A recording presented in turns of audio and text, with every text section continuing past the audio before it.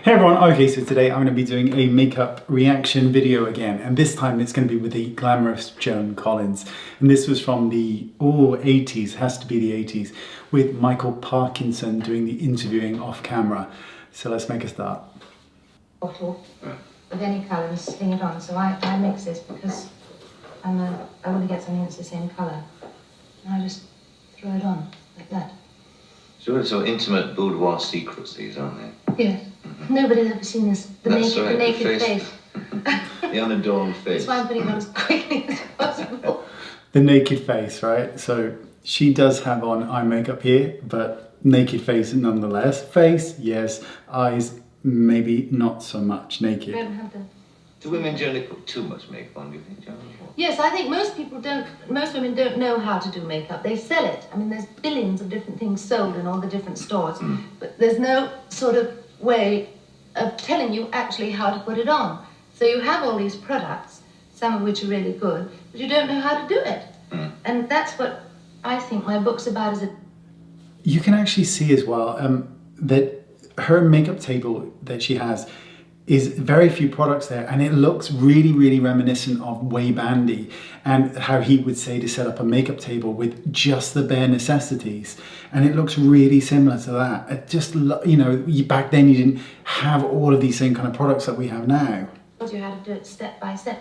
I mean, if I was, I don't know how to plant a garden, for example. I would love somebody to write out a very easy book about what to do and what exactly you do and how easy it is. So that's the base. Then if you've got circles under your eyes after having had a particularly hard night. Are you looking at me for when you say that? Well, I was looking at both of them. Would that do anything for mine, do you think? Yes. I think it's probably polyfiller or cement I might need. Actually, another thing that a lot of women do is they put too much of that on. Yeah. And then you see, particularly in films, I've seen actresses, and you can see their faces, and they've got these sort of big white circles under their eyes.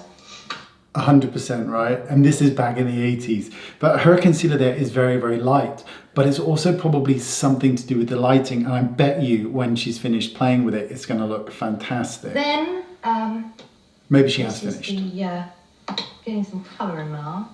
Now this is just ordinary sort of going out makeup. This is what you put on every morning. Well, yes, every morning, yes. This is not so fancy makeup for a big occasion. No, but it's the basis of one. I mean, I love a bit of blusher, don't get me wrong. I love a bit of blusher. That's a lot of blusher. Actually, that's not a lot of blusher. That's the kind of blusher I would probably do. Probably is a lipstick or a cream. Is almost certainly a cream blusher, but use a lipstick. It's basically the same sort of Fine. thing one would put on. Look how nice that looks. Probably with a bit more care. Oh, and a tiny bit. She just did a tiny bit then on the temples as well. Blusher, tiny bit on the bridge of the nose, tiny bit on the temples, tiny touch on the chin, and a tiny touch on the neck. Really old school. You know, to do your show, or go to a premiere or something. Lovely face. Then, put all this stuff here. That's do the eyes. These are sort of pencils. What I like to use pencils, and I use brushes from the art store, which are these, which one can buy, you know, at any art supply store. They're just ordinary paintbrushes, are they? Yes, they're just ordinary paintbrushes. Literally just whacked on a very fat, chunky kohl pencil, and is now just blending it with artist brushes and, of course, her fingers. Fingers. Love it. Too. I believe in the old fingers doing it. But I mean, I know my face like the back of my hand. And look how nice that looks as well. There's something so appealing about a slapdash approach to makeup. We're not taking it very seriously, but you know that the outcome is going to be gorgeous because you're gorgeous, so you're just going to do what works for your face. And fuck everything, sorry. And who cares what anyone else thinks? That's the beauty of makeup, is that you're doing what is inherent to you, what feels best for you. Love it. Quite easy for me to do, but anybody can learn how to do it pretty fast once they know. I'm actually loving that concealer. Once they're not cluttered concealer. up with loads of different paraphernalia. In your book, do you in fact tell women with different shaped faces? I mean, quite obviously, you've got a certain kind of face, and what you're Gorgeous doing now face. is good for that. It wouldn't be good for a woman with a different shaped face, would it, or a different complexion, or what? Well, what I'm doing now is sort of fairly basic, but So see what she's doing there? She's absorbing the excess pigment from the foundation and the blusher. This is something that very few people do, and they really don't. It's one of those steps that you miss. But if you do it, it has such a big impact on longevity of your makeup. It's such a good tip. difference in putting the colouring on the cheeks, that has a lot to do with the shape of the face. And for example, if one had a double chin, then you do a certain kind of shading there. And I do go into that in different face shapes and everything like that in the book.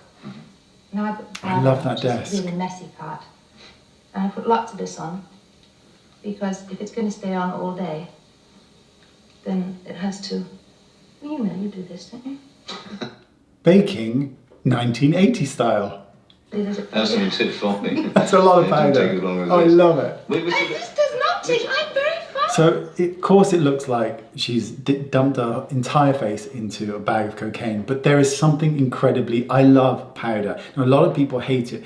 I love it. If you have used very little base, you can use a ton of powder and have it look beautiful. Because once you've powdered the entire surface, it's hard to get layers and layers and layers of that same powder over and over again. Now we have setting sprays to get rid of all of that, but this is perfect. Perfect. Which is a point, actually. I mean, what's And that's a cotton the pad, average not just length of spat. time That's you a cotton spend in pad. makeup for a movie. I mean, it takes hours, doesn't it? No, I do it myself. Do you? Yes, well, first of all, I usually have tea and read the papers and listen to the radio and talk to the crew and everything like that. But I mean, I have, if I'm put, so I like to allow about half an hour to do it properly. But if push came to shove, I mean, if I really had to do it fast, I could do it in about this length of time. And it would sort of stay all day. So that... There's literally no such thing as a trend. Whenever, you know, now we've got that stupid Fox thing, which isn't a trend at all.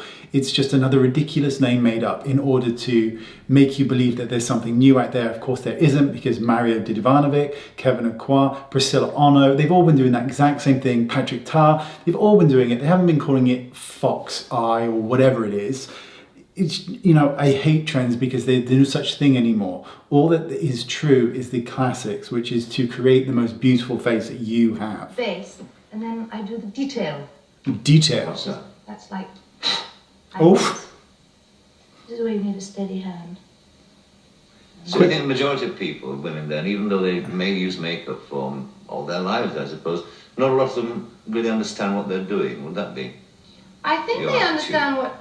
No, I don't think they do understand what they're doing, actually. A lot of, if what one Bet sees she uses in the that pencil streets. on her I think young eyes. girls have a tendency to know better. I think that a lot of women get into a thing of finding a makeup style that suited them, say, in the 60s, for example, when makeup was very different then. When it was very dark around the eyes with a lot Love that. of sort of turquoise eyeliner. I love that look. And a very white sort of cakey lipstick. And they stick to that because it suited them. And I think that a great many women get stuck into what they consider to be their prime, which I suppose is sort of mid-20s.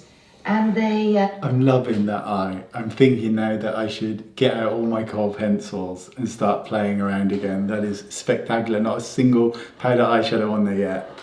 they stay with that makeup and they don't change it. And there's new makeup things coming along all the time. And there's new colours and there's new sort of ways of doing it. And makeup is so much lighter now. The texture of bases and things that you put on is much, much lighter than it used to be. And they don't experiment, they don't change their eyebrows or their eyeliner or their lipstick colours. Some perhaps a little bit frightened too of changing. Yeah, well, I think it's not so much fear. I think young girls, sort of, when I say young girls, I mean girls say when they start using makeup, 14 or 15, up until sort of when they get married, have lots of time to go meandering around the department stores and trying out different things. And you can go to any department store and they'll give you a free makeup, which is... If you look at her eye socket as well, so she has a deep set eye and a prominent eye, but the space between lash and brow is absolutely gigantic, which is why she's able to bring it up to that height. Whereas somebody like me, the space between my lid and my brow is very, very short. So I have much less room to blend things, because if I blend too high, it will suddenly hit my brow and look really intense. So that's why she's able to go up much higher with her eyeshadow. Very nice, and they'll show you how to do it. Lots of the cosmetic companies do that. I've seen them at Selfridges, women sitting there, and Selfridges. it's embarrassing to do it in front of thousands of people, which is the way they do it. And so young girls have a chance to experiment, and also they've obviously got more money. Liner. And also they've obviously got more motivation because they're going out to discotheques or something with a boyfriend. Discotheque. Oh, I do miss that kind of vernacular, you know, discotheque. Oh. And we'll do it. You need a steady hand for all that, don't you?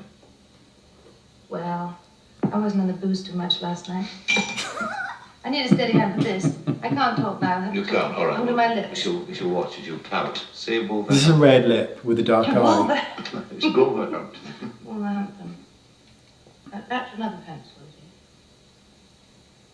How long has it been so far? I'm going. Oh, Michael Parkinson. So if you're in the UK, you'll know who Michael Parkinson is. And he looks very young there, very young. Because, I mean, you're lucky because you've got nice lips, haven't you? And one of the things you see with some women is when they paint that curve, which you knew is natural. But you can do it. You can. If you use an eyebrow pencil, which is what I use to outline my lips, if you put that on, then you can sort of do the shape that you want. I think he's got a little crush on her. That's my personal feeling. The That's lips. the way he was looking at You've her. got the face on it. Now I'm filling in the colour I love that. with the brush. Red lip, dark This eye. is the time when I do most of my thinking. It's quite rare I now. mean, I think other times too. But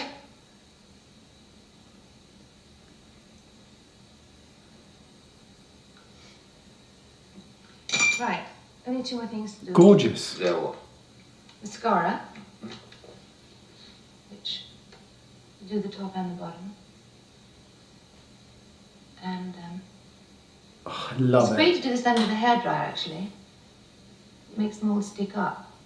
You were talking earlier about young girls and their attitude toward makeup. Do you, in fact, teach your kids how to make themselves up now? Because you've got a couple of daughters, haven't you? Yeah, well, of course, you know, with every generation, makeup changes. And I She's putting the mascara in her eyebrows now. I love it, love it. thought that young girls wear probably quite a lot less makeup. I mean, Tara doesn't wear a base, for example.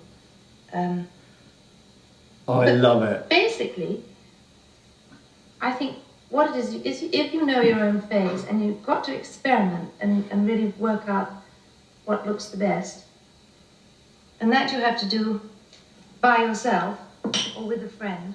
And bear in mind that back then, because people are going to be commenting, back then eyebrows were plucked really, really heavily, and they were plucked also quite far apart. So that was part of being back then as well, and being also part of that golden era of movies.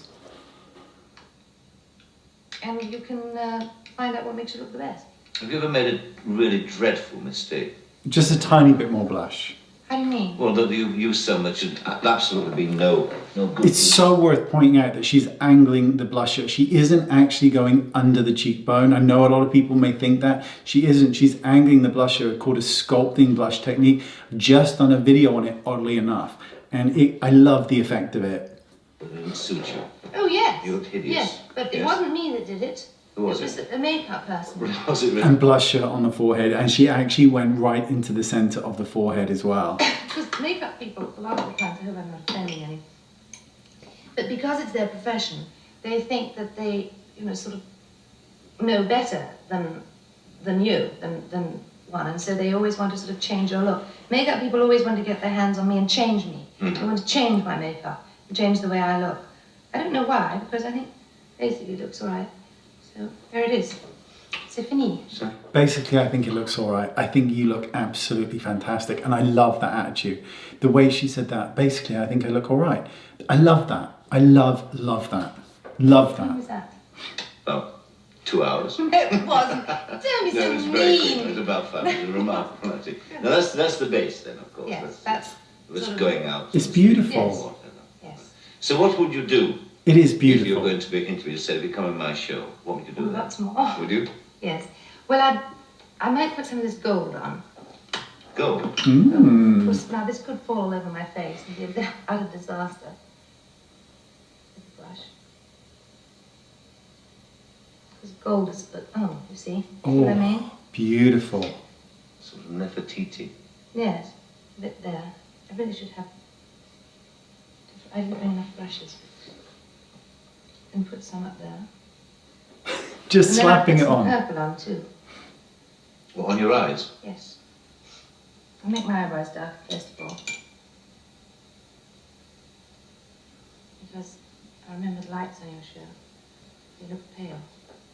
And when I'm doing the eyebrows, I do it with sort of small strokes so that it looks like real hairs. Mm. And then I do more under there. Straight under the eye and again. more out there. Look how glamorous it is. Look how glamorous it is. I feel that we've lost some of the glamour in the makeup that we do now. And this is the purple. Where do you put that? Under the eye? Oh, everywhere. Oh. Well, I sort of. It's like painting, really. It's like painting a picture. You put a bit on and then you take a bit off. Like I just put too much on. I just use spit. Spit is good for everything. Did she really just spit is good? And see when it looks okay, more or less. Looks very glamorous. Yeah. It'll probably look good under the lights. Such a naughty And I've thing got to green say. eyes, so purple's good for them. See, a lot of women will think if they've got green eyes, they should use green eyeshadow, which of course is ludicrous because you shouldn't. Because Ludicrous. If you've got green eyes, or hazel eyes, or sort of anything with any green, and purple makes them look much greener. And then I'll put on some eyelashes. I put on some eyelashes. Do it. Very bad. Very thing, actually. Pop them on, I'm darling. used to it. I only wear them for special occasions, like doing a show. Because I don't have my tweezers, so I have to do them hard. No tweezers? No. I can do them with my fingers. Uh-huh. It's hard. I can't. And you put those on. False eyelashes haven't been in vogue for a while, but they're coming back because you see, teenagers have just discovered false eyelashes because they didn't have them. Nobody's been wearing them for the past 10 years, except certain singers and actresses. And so now, 16 and 17-year-old girls have sort of discovered them and are starting to use them again. But you remember that fad? Well, you probably didn't notice, but in the late 60s and early 70s, girls were wearing eyelashes on the upper and lower. Mm. Yes, mm. Just plonk on, like that. Really cover up the base so that people will think I'm my own. That is extraordinary how quickly she did that, because I really struggle even now with false eyelashes on people, and she literally just went done. And then I'll put on a different lipstick.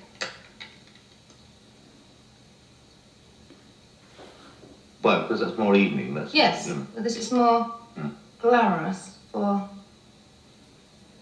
the evening. And it shows that also lights are different in evening, so if you wear something light during the day, it can wash out during the night. And I love it. I love it. that looks more or less right. And then a bit more blusher. Don't do it. You've got enough on. Don't do it. And this all fits in one small little Don't do it. bag. Don't so do- they can sort of take it She's around done it. you She's done it. and touch it up. Will that do? It's Perfection, fabulous. madam. You've passed the audition. Thank you. I get the part. You get it. It's fabulous. See, there's all that gorgeous glamour that we just don't have anymore. you know, that I don't think we have. And I know that we have these really big stars and these Instagram stars, but there's something about that old glamour that is the most beautiful, beautiful thing to me, to see the process, to witness it, to see it without edits and cuts, without filters, without the kind of lighting systems that we have today. There's something really glamorous about that. And I don't know how old Joan Collins was there, but I would imagine she was in her very late 40s, early 50s at that time. Gotta be. And she looks phenomenal. I love it. Thank you for watching, and I'll see you all soon. Bye-bye.